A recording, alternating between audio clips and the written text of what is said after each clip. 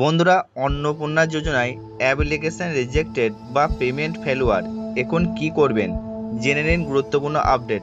তা ভিডিওটা শেষ পর্যন্ত দেখবেন। নমস্কার বন্ধুরা, আপনারাও কি অন্নপূর্ণা যোজনার পোর্টালে স্ট্যাটাস চেক করে দেখেছেন অ্যাপ্লিকেশন রিজেক্টেড বা পেমেন্ট ফেলুয়ার দেখাচ্ছে? তাহলে আজকের ভিডিওটি অবশ্যই শেষ পর্যন্ত দেখুন, কারণ এই ভিডিওতে জানাবো এখন আপনাদের কি করা উচিত এবং বিডিও অফিস থেকে কি ধরনের পদক্ষেপ নেওয়া হয়েছে। আজ সরকারি ছুটির দিন হলেও আপনাদের জন্য আমি বিডিও অফিসে এসেছিলাম।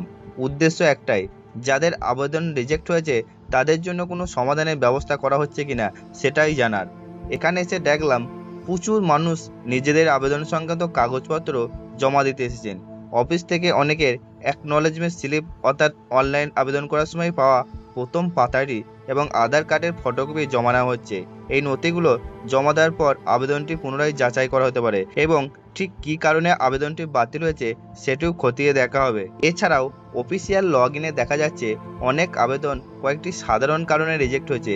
সবচেয়ে বেশি দেখাচ্ছে নামের অমিল, অর্থাৎ আবেদনপত্রে থাকা নাম এবং আধার কার্ডের নাম এক না হলে আবেদন বাতিল হতে পারে।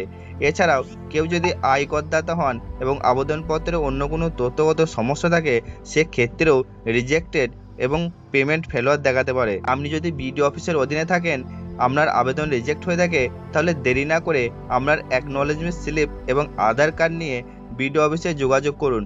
প্রয়োজন হলে সেখানে কাগজপত্র জমা দিন এবং পরবর্তী নির্দেশনা অনুসরণ করুন।